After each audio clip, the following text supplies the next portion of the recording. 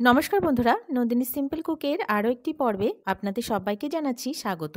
আজকে তৈরি করেছি সন্ধেবেলায় একদমই কম সময়ে কম জিনিস দিয়ে তৈরি করে নেওয়ার মতন একটি টিফিন রেসিপি। এই রেসিপিটি দেখতে যতটা সুন্দর, খেতেও ঠিক ততটাই টেস্টি, আর বানানোও ভীষণ সহজ, কম জিনিসের মধ্যেই তৈরি হয়ে যাবে। তাহলে চলুন বন্ধুরা, রেসিপিটি দেখে নেওয়া যাক। আজকের এই রেসিপিটি তৈরি করার জন্য প্রথমে এদিকে আমি দুটো আলু নিয়ে নিয়েছি, আর আলুগুলোকে আগে থেকে খোসা ছাড়িয়ে ধুয়ে পরিষ্কার করে জলে নিয়ে নিলাম। জলটা পরিষ্কারই নিতে হবে। আর এই জলের মধ্যে আলুগুলোকে আমি গ্রেট করে নিচ্ছি, একটু বড় করে গ্রেট করে নেব। আলুটাকে জলের মধ্যে গ্রেট করে না নিলে কালো হয়ে যাবে, আর রেসিপির কালারটাও ভালো আসবে না, আর খেতেও ভালো লাগবে না। এবারে দেখুন, আলুটাকে আমি একটু বড় করে গ্রেট করে নিচ্ছি। সমস্ত আলুটাকে আমি গ্রেট করে নিলাম একটু বড় সাইজ করে। এবারে এখানে আমি নিয়ে নিচ্ছি 2 কাপ মতন মুড়ি নিলাম। মুড়িটাকে আমি জল দিয়ে ধুয়ে পরিষ্কার করে নিচ্ছি। এখানে 4 কাপ মেপে নিয়েছি আমি।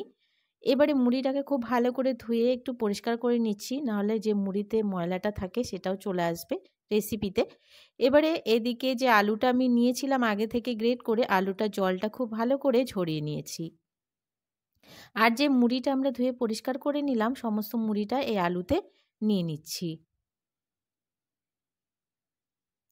মুড়িটা নরম হোক তাহলেও কোনো অসুবিধা নেই, নরম মুড়িটাও কিন্তু এই কাজে ব্যবহার করতে পারেন। এবারে এখানে দিয়ে দেবো কিছু জিনিস। দিয়ে দিচ্ছি আমি পেঁয়াজ কুচি। এখানে আমি একটা পেঁয়াজ ছোট ছোট করে কেটে রেখেছিলাম, দিয়ে দিচ্ছি পেঁয়াজটা। খুব বেশি পেঁয়াজ দেওয়ার প্রয়োজন নেই, একটা দিলেই হবে। এবারে দিয়ে দিচ্ছি কাঁচা লঙ্কা। কাঁচা লঙ্কাও আমি এখানে দুটো নিয়েছি, আপনারা আপনাদের স্বাদ অনুযায়ী ঝালটা ব্যবহার করবেন। দিয়ে দিচ্ছি আদা রসুন গ্রেট করা। এখানে আদা রসুনটাকে অবশ্যই গ্রেট করে নিতে হবে।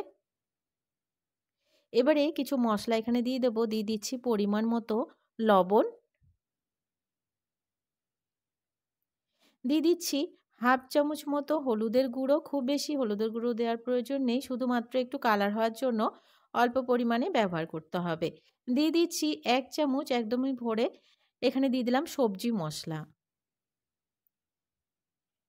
সবজি মশলাটা দিলে এই রেসিপির টেস্টটা দ্বিগুণ বেড়ে যাবে। এবারে দিয়ে দিচ্ছি বেসন। এখানে আমি প্রথমে 4 চামচ মতো বেসন ব্যবহার করছি। যেহেতু আলুতে আগে থেকেই জল থাকে, তো খুব বেশি বেসন যদি এখানে প্রয়োজন হয় তবেই ব্যবহার করব, না হলে কিন্তু খুব বেশি বেসন দেওয়ার প্রয়োজন নেই। প্রথমে আমি 4 চামচ মতো বেসন দিয়ে একটু মিশিয়ে দেখে নিচ্ছি। যদি প্রয়োজন হয় তবে এখানে আরেকটু বেসন আমি অ্যাড করে দেব। প্রথমে একটু মিশিয়ে নিলাম, তো দেখুন বন্ধুরা অনেকটা ড্রাই লাগছে। তো এখানে আমি আরও কিছুটা আমি মেখে নিলাম। মেখে নেওয়ার পরে মনে হচ্ছে যে আরও কিছুটা এখানে বেসন ব্যবহার করতে হবে। তো আমি এখানে আরও 2 থেকে 3 চামচ মতো বেসন দিয়ে দিচ্ছি।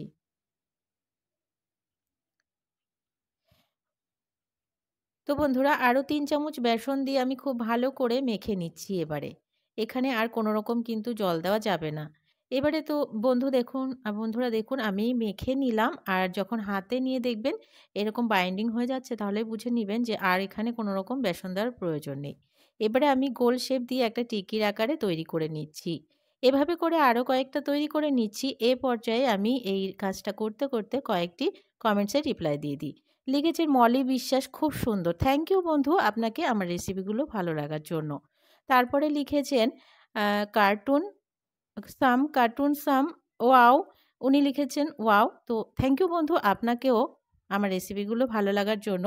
তারপরে লিখেছেন অনুপ আচারিয়া, খুব সুন্দর করে বলেছেন, থ্যাংক ইউ। অনেক ধন্যবাদ বন্ধু আপনাকেও আমার রেসিপিগুলো ভালো লাগার জন্য। এবারে এদিকে একটি ফ্রাইং প্যান বসিয়ে দিলাম, আর ফ্রাইং প্যানে তেল গরম হতে দিয়ে দিয়েছিলাম আগে থেকেই। এই তেলেই আমি একটা একটা করে সবগুলোকে ছেড়ে দিচ্ছি।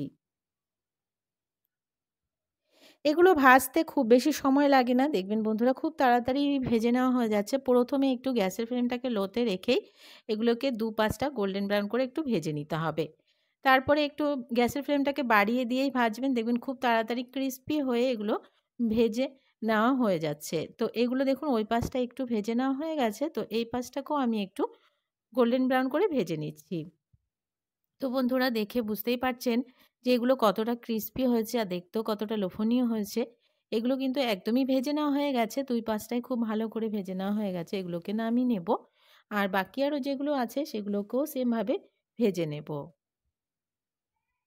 এগুলোকে আমি একটা প্লেটে নামিয়ে নিচ্ছি। আর আপনারা চাইলে বাটার পেপারেও কিছুক্ষণ রেখে দিতে পারেন, তাহলে যে অয়েলটা আছে এক্সট্রা সেটাও একদমই থাকবে না। এই রেসিপিটি যখন খুশি তখনই খেতে পারেন, বানিয়ে খুব কম সময়ের মধ্যে তৈরি হয়ে যাবে। আরও কয়েকটা আমি এভাবে করে বানিয়ে নিচ্ছি। তো বন্ধুরা দেখেই নিলেন কতটা সহজ একটি রেসিপি। আর আজকের রেসিপিটি যদি ভালো লাগে বন্ধুরা, প্লিজ একটি লাইক করার অনুরোধ রইল। অনেক অনেক শেয়ার করে দেওয়ার অনুরোধ রইল। নতুন বন্ধু আমার চ্যানেলে যদি নতুন এসে থাকেন, আমার চ্যানেলটিকে সাবস্ক্রাইব করে পাশে থাকা বেল আইকনটাকে প্রেস করে অল বাটনে ক্লিক করতে ভুলবেন না। এই ধরনের রান্নার নোটিফিকেশনগুলো সবার আগে আপনাদের কাছে পৌঁছে যাওয়ার জন্য। আর আজকের রেসিপিটি কেমন লাগলো কমেন্টস করে জানাতে কিন্তু ভুলবেন না বন্ধুরা। তো বন্ধুরা দেখে বুঝতেই পারছেন যে কতটা ক্রিস্পি হয়েছে আর ভেতরটা কত সুন্দর দেখতে লোভনীয় হয়েছে। তো আজকের রেসিপি এখানে শেষ করছি। চলে আসব পরবর্তী রেসিপিতে আপনাদের সাথে দেখা করতে। আজকের মতন তাহলে টাটা, সবাই ভালো থাকবেন, সুস্থ থাকবেন।